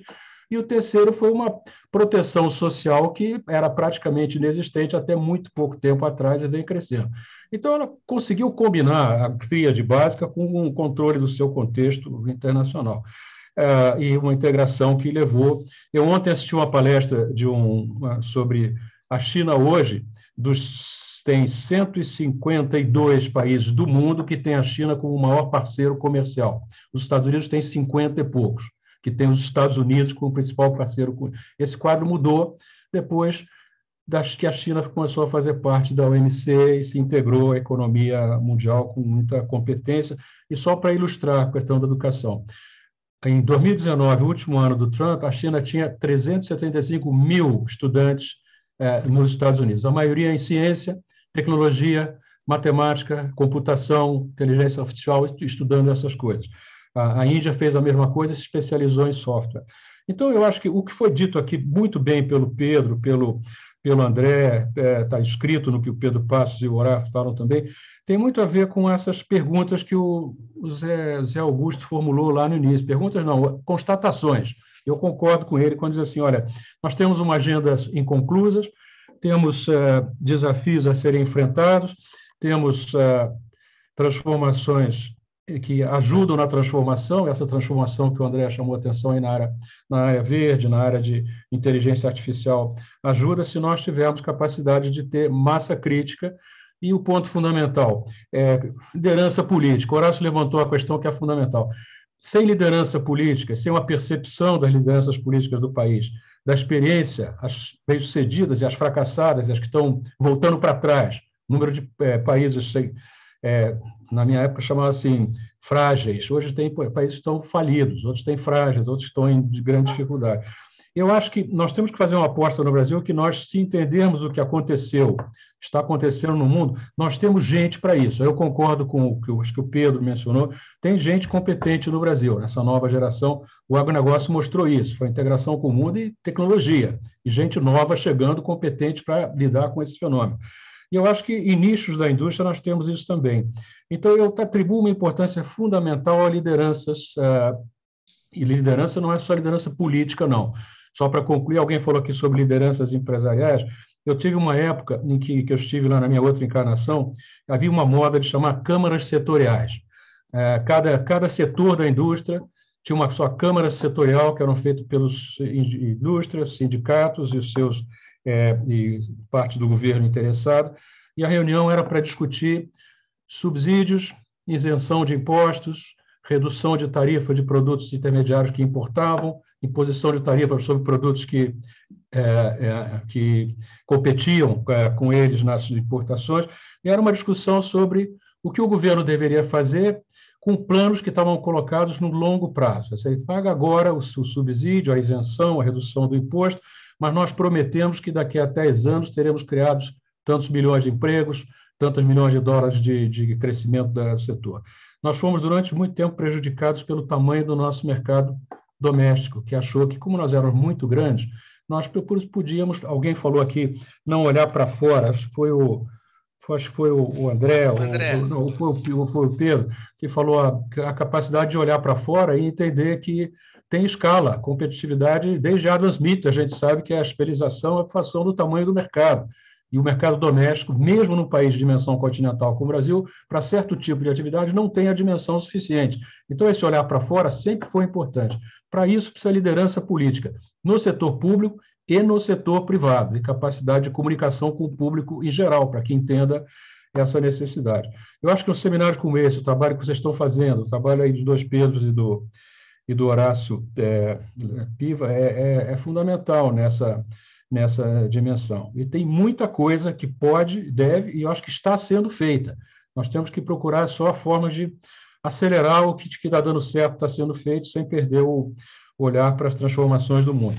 Só para terminar, é uma pergunta, talvez, para o André sobre a questão de segurança. Mas, olha, agora tem um conceito de segurança que passou a ser fundamental em determinados países de grande porte, até nas regiões do mundo, como a Europa, e não é só segurança energética, é segurança energética, segurança alimentar, que vai ser um desastre, o que está acontecendo, vai acontecer em muitos países subdesenvolvidos, com a carência de exportações de trigo por parte de Rússia e Ucrânia, a segurança energética, alimentar, cibernética e ambiental, sanitária para lidar com epidemias. Essas preocupações vão assumir importância crescente. Não nos é dado entender ainda qual é o efeito que elas terão sobre a percepção de reorganização de cadeias de suprimento. Um termo que não foi usado aqui, mas a Covid mostrou que havia limites para aquela hiperglobalização de cadeia de suprimento, um just-in-time. O mundo ficou muito mais perigoso, e eu acho que está havendo e vai continuar a haver um repensar de estruturas de cadeias de suprimento e uma certa preocupação em não ter tanta dependência de eventos que possam ocorrer em parte do mundo marcados por maior instabilidade de natureza geopolítica. Então, se alguém, ou o André, ou o Pedro, ou o Laffer, quiser falar um pouquinho, a pergunta que eu diria é assim, como é que vê essa questão de reorganização e reestruturação de cadeia de suprimento à luz, primeiro do efeito da Covid, e agora os efeitos que são importantes dessas incertezas da invasão da Ucrânia por parte da Rússia, das sanções que lhes foram impostas pelo mundo desenvolvido. Essa situação mudou o jogo, não tem um novo normal, não vai ter uma volta ao status quo ante, é um novo mundo que nós estamos vivendo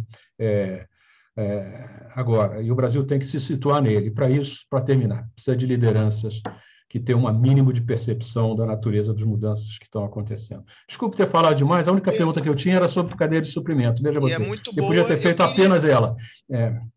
Mas aí, não, digamos, você não teria dado a sua marca, a sua assinatura na sua intervenção, ministro Pedro Malan. E nós todos aqui ouvimos com grande gosto.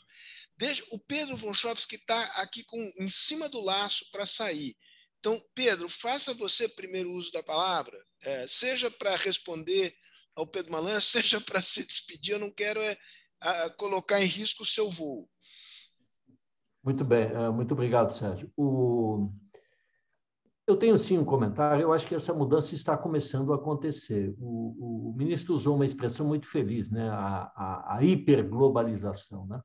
Eu acho que os empresários e os industriais, em particular, chegaram à conclusão que o processo foi longe demais, no sentido de que o grau de dependência que as indústrias têm de fornecedores localizados, especialmente na China, em alguns casos, por exemplo, da indústria farmacêutica na Índia, é muito grande. No caso europeu, em alguns casos da Rússia, né, a dependência acabou sendo muito grande. E esse just-in-time fez com que não houvesse folga nas cadeias, quer dizer, qualquer tipo de atraso, greve de porto, problema de tempestade que inviabiliza um transporte, coloca essas cadeias de suprimento em risco. Então, eu acho que essa guerra na Ucrânia deixou isso muito patente, e eu vejo todos os setores industriais repensando as suas cadeias de fornecimento, tentando reduzir o grau de dependência de fornecedores nestas áreas específicas. Quer dizer, é um nearshoring, também é um incentivo para um certo grau de desenvolvimento de fornecedores no Brasil. Eu acho que isso vai beneficiar empresas brasileiras que estejam, evidentemente, em condições ou preparadas para esses desafios. Então, eu vejo nisso uma evolução muito positiva para o Brasil, e, claramente, as empresas chegaram à conclusão que a dependência era grande demais, era absoluta. Bom, isto posto, eu queria fazer mais uma última menção a um outro tema que o André levantou, que é da questão da mobilidade. Quer dizer, eu concordo plenamente com o André de que o motor elétrico é muito melhor que o motor a combustão, ele é mais simples, ele tem uma eficiência energética muito mais alta, o que não impede de que o etanol possa ser muito importante para o suprimento da energia para os carros que venham ser produzidos no Brasil. Quer dizer, eu acho que soluções tipo um motor elétrico e uma célula de combustível suprida com etanol pode ser uma solução brilhante. E o etanol no Brasil, há uma revolução em curso na plantação de cana-de-açúcar no Brasil, e o custo de produção do etanol vai se reduzir na próxima década, e o etanol pode sim ser um combustível muito importante no futuro. Muito obrigado, eu lamento não poder ficar, agradeço, e depois o André me conta o que ele acha a respeito. Muito bom, Pedro, bom voo para você. André, você levantou o tema do security, aí acho que seria interessante se você agora também se pronunciasse sobre a matéria. Perfeito, levantada pelo Pedro. Bom, primeiro, sobre o carro elétrico, eu concordo com o Pedro. Só lembrando que um carro, a célula de combustão é, na sua essência, um carro elétrico. Ele não existe combustão na célula de combustível. Então, está correto. O etanol é um excelente armazenador de hidrogênio. Mas o carro é elétrico. Só esse pequeno parênteses. Está correto, Pedro. E, excelente perspectiva à frente. Sobre segurança, alguns números, ministro. O mundo europeu, por exemplo, está desesperado com metas ali de atingir 80% de energia renovável na Europa, né, em 3 anos. Quase 40% dos materiais que vão nas eólicas são processados na China. 70%, quase 80% dos painéis solares feitos na China. Toda a questão de saúde, a indústria química global como um todo, está tão concentrada na China e na Ásia que nós estamos falando perto dos 80% de concentração dos produtos ativos que justamente retroalimentam tanto os medicamentos quanto toda essa indústria química que abastece a indústria de, por exemplo, renováveis, para painéis solares e eólica. O cobre no mundo já está escasso. O custo do cobre no mundo vai ser estruturalmente alto, que já está sendo buscado muito mais profundamente. Processado na China. Então, a questão de segurança veio para ficar. As decisões, inclusive da empresa que eu trabalho, são de nearshoring. Chegar de caminhão é melhor do que chegar de avião ou de navio. Isso se apresenta hoje como oportunidade muito relevante para a América Latina, com destaque para o México e para o Brasil. Então, todos, em especial nas Américas, a ideia de Américas no mundo multinacional está cada vez mais forte, Pedro. Com, inclusive, locação de pessoas nos lugares de melhor custo para vários dos serviços que a indústria precisa. Configura-se aqui uma oportunidade singular à frente, uma corrida dos países, das cidades, inclusive, para atrair gente que queira trabalhar dessa forma. A segurança está criando esse movimento. É o nosso caso, é o caso de vários dos nossos fornecedores e pares europeus, inclusive. Eles estão decoupling do mundo chinês para dentro da América Latina, não só para servir a América Latina, com olho nas Américas. Último exemplo. O Trump fez uma ordem executiva de que qualquer equipamento de alta tensão que abasteça o grid norte-americano não pode ter equipamento digital chinês, Huawei. O Joe Biden não tirou essa ordem. Então, nós estamos exportando equipamento de alta tensão feito malucos para os Estados Unidos. Porque a gente é trusted do ponto de vista de cibersegurança. Um pouco de exemplo concreto. Excelente, André. Olha, nós estamos chegando aqui eu diria que estamos nos acréscimos aqui da nossa conversa. Eu tenho uma pergunta aqui final. Pedro Malan provocou o professor Edmar Baixa, que até aqui, de maneira surpreendente, se manteve silente. Então, eu vou dar uma última provocada se o Baixa quer dizer alguma coisa. Senão as pessoas vão ter que ouvir coisas muito menos interessantes que eu tenho a dizer para terminar essa nossa conversa. Na verdade, eu gostei muito da discussão, muito enlightening. Mas eu tenho uma pergunta para o André Clark. Eu não entendi por que ele acha que a gente tem vantagem em inteligência artificial. Ele mencionou de passagem 2 centros. Você podia elaborar um pouquinho? Eu nunca me ocorreu que o Brasil tivesse vantagem em inteligência artificial. Deixa eu aproveitar essa pergunta do Baixa só para fazer uma referência, uma pergunta que nos foi feita aqui pelo chat, pelo Orlando Leite de Castro, sobre o problema da qualidade das bases de dados no Brasil. Quer dizer, para você ter boa inteligência artificial, você precisa cuidar bem da qualidade das bases de dados. Queria fazer uma referência, a pergunta me pareceu interessante. Se o André puder, digamos, incorporar a resposta, ótimo. Tem um legado da época da ultra-inflação, que é o mundo da tecnologia dos bancos. Está aí o Pix para ver quão rápido e como foi feito. O Brasil é competitivo. O custo, hoje a gente compete com a Índia, para você ter uma ideia, nos nossos centros aqui. 500 defeitos que eu posso colocar aqui. 500 defeitos. Falta, precisa de mais gente, um pedaço desse pessoal está indo embora.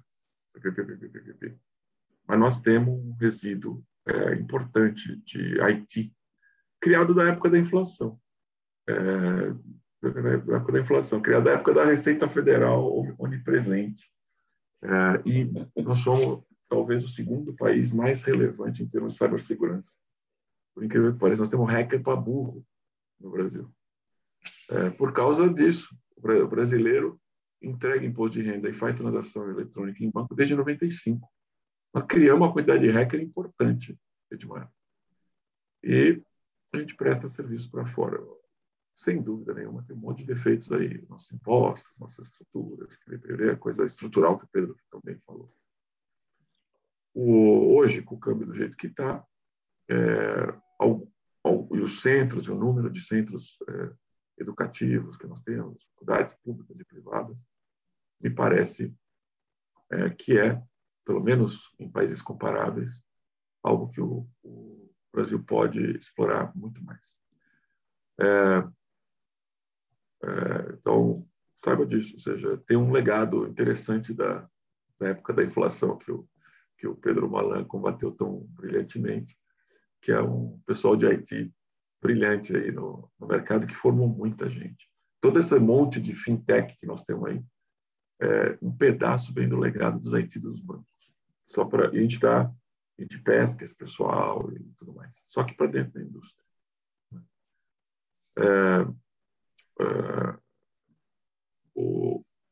Tua pergunta, Sérgio, eu acabei... Não, era só uma referência que eu fiz aqui, uma pergunta que foi feita do Orlando Leite de Castro sobre a qualidade da base de dados no Brasil. Os dados, olha, assim, esse assim, a gente está aprendendo como nação, como negócio, como empresas, como associações, o valor dos dados. A gente jogava dado no lixo, né?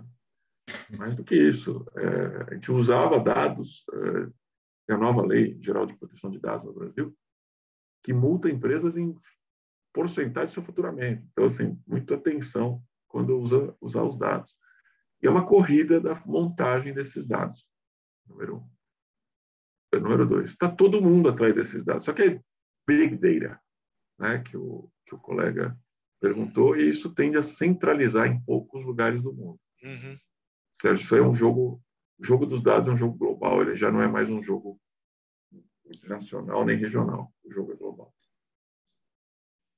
Muito bom, André.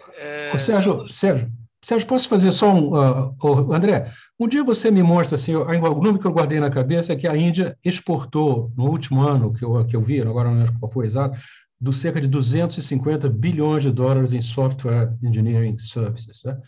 E eu acho que ele já tem uns 80% da população indiana hoje com seu cadastro, sua digitalização, um número de 12 algarismos que identifica hoje 80% da população indiana, que é 1,4 bilhão de pessoas. Eu agradeço assim, o seu comentário, mas eu espero que aqui no Brasil não se considere que a inflação tem um byproduto de estimular a tecnologia, a capacidade exportadora de tecnologia no Brasil. É um ar, assim, aqui eu já vou dizer é um ar de esperança. É um ar de esperança. Eu estou o tempo inteiro competindo contra a engenharia da Índia, jogando a nossa engenharia do nosso centro de engenharia, que fica dentro da Universidade Federal do Rio de Janeiro, contra os engenheiros indianos. Hoje eu ganho. Por várias questões. Uma delas é o câmbio. Tem várias outras questões. A gente se especializou em coisas que ninguém quer fazer. A indústria de TI da Índia, obviamente, foi política pública. Política pública, de primeira linha. Nós temos a chance de fazer a mesma coisa. É só querer fazer. E voltar a fazer desse país um lugar aprazível de se viver, seja para reter cérebros aqui, seja para trazer gente de fora. Pegando esse exemplo do centro de vocês na UFRJ, você não pode ter medo de pegar a linha amarela e tomar um tiro na cabeça. Quer dizer, os nossos problemas começam nessas coisas muito rudimentares, né? Mas, para terminar, Zé Augusto, a minha pergunta é a seguinte... Com a Europa em guerra, Sérgio, com a Europa em guerra, os gringos estão sentindo uma segurança no Rio de Janeiro que você não faz ideia. Não brinca não, que eu tenho um filho que mora na Europa, rapaz. Não diga isso uma hora dessa. O Zé Augusto, aqui aproveitando uma conversa que rolou na paralela aqui entre a Lídia Goldenstein e o Horácio, eles usaram um termo mais forte. Eu não vou chamar em descriminalização da discussão sobre política industrial, mas vou dizer de desinterdição do tema sobre política industrial. Obviamente é uma outra política industrial. Minha pergunta é o seguinte: além das coisas horizontais, desenvolvimento de competências gerais, difusão de tecnologias gerais, etc., o que sobra de espaço para indução de algumas especializações de nicho nas quais o Brasil tem óbvias vantagens competitivas. Porque, digamos, para dizer uma trivialidade, não se trata de fazer escolha de campeões nacionais, mas, evidentemente, essa especialização, com os requerimentos hoje exigidos, digamos, vamos ser capazes de fazer algumas poucas coisas muito bem. Tem espaço para uma indução nessa área ou, digamos, nós corremos o risco de recorrer nos nossos pecados originais? Eu acredito que uma parte da política industrial ela pode continuar criminalizada, né? Então, acho que a gente precisa descriminalizar, quer dizer, alguns... Qual é a parte que a gente tira do Código Penal? Não, eu acho que devemos tirar do Código Penal toda a área ligada à tecnologia. Eu acho que esse que é o grande espaço que você tem. E temos que também pensar, quer dizer, essa agenda também com custo-benefício, né? Quer dizer, você não pode também imaginar que é só injetar recursos. Quer dizer, eu acredito que e ela se acopla muito com digamos, com a área de educação, né? Quer dizer, ou seja, falou-se, quer dizer, em inteligência artificial. Você de repente investir, quer dizer, em centros de inteligência artificial, quer dizer, no Brasil, que é uma tecnologia de uso geral, quer dizer, que se aplica, quer dizer, da indústria, educação, saúde, serviços, etc. Em uma determinada centro ou universidade, ou saber como faz isso também, é algo, quer dizer, que me parece relevante. Acho que também, quer dizer, essa experiência de pesquisas orientadas à missão, a exemplo do que houve com a vacina, etc., você tem problemas nacionais, quer dizer, que são diferentes, quer dizer, que são características próprias, né? Quer dizer, você tem desde o sistema nosso de grid, que é de alta extensão, isso aqui é uma área que o Brasil adquiriu vantagens comparativas. Nós temos problemas na área de saúde, quer dizer, que são muito próprios, quer dizer, do país ou então dos trópicos. Então tem vários temas, quer dizer, que você pode fazer, quer dizer, determinadas apostas, quer dizer, o que eu acho, quer dizer, importante, quer dizer, é você construir, quer dizer, essa agenda em um ambiente sempre de competição, né? Quer dizer, você não pode deixar, quer dizer, os incumbentes, né? Quer dizer, você congelou por alguns... É. Eu achei que achei que você ia dar uma deslizada desenvolvimentista maior e alguma coisa aconteceu. Acho que o Baixa acionou algum mecanismo aí de bloqueio e você foi congelado. Não, então eu terminei aonde? Quando você começava a falar do fomento ao complexo industrial de saúde, você ia fazer aquele comentário elogioso às diretrizes do programa do PT nessa parte aqui. Aí, quando o Baixa intuiu que você ia por essa... Ele quase derrubou a sessão aqui. Queria pedir vistas do processo e tal. Não, o que eu tinha mencionado é que você tem chances de fazer alguma coisa, principalmente na área de educação. Acho que todos os nossos casos de sucesso estão relacionados com uma base tecnológica de formação de recursos humanos, quer na agricultura, com a Embrapa, quer na Embraer, com o ITA. Né? Tem todos esses casos, até mesmo em áreas da metalurgia, né? Você teve escolas metalúrgicas que tiveram, quer dizer, importância na criação de várias soluções. Então, você fazer escolhas, quer dizer, nessas áreas me parece, quer dizer, importante. E acho que você pode também fazer algumas escolhas de problemas que você tenha com muita clareza qual é o tipo de problema que você tem, né? Quer dizer, como você teve o caso da vacina, quer dizer, eu acho que você teve nos Estados Unidos, você fez inúmeros experimentos, quer dizer, nesses últimos 2 anos nessa área. Se você tiver um problema muito específico, quer dizer, você pode, de repente, tratar, quer dizer, de uma forma mais estruturada, o que eu acho apenas importante. E aí tem espaço para encomenda tecnológica, poder de compra do governo? Pode ter. Você viu que o Baixa, devagarzinho a gente vai abrindo brechas aí.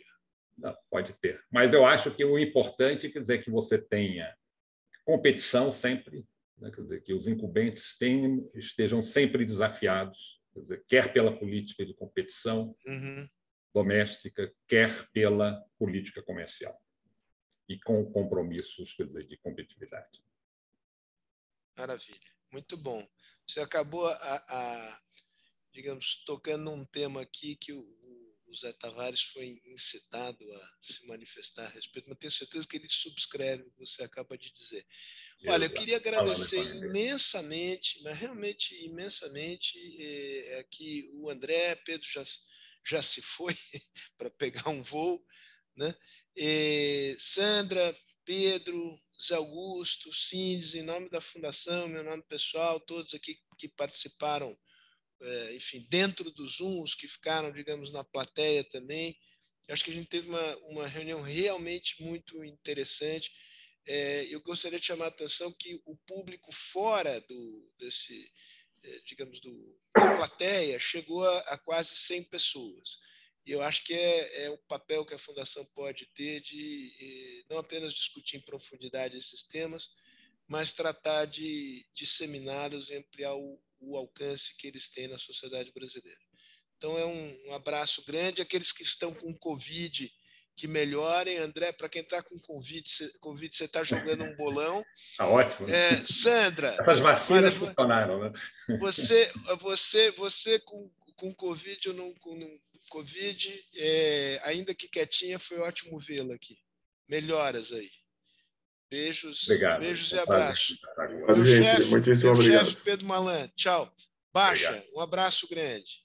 Todos aí. Tchau. Obrigado.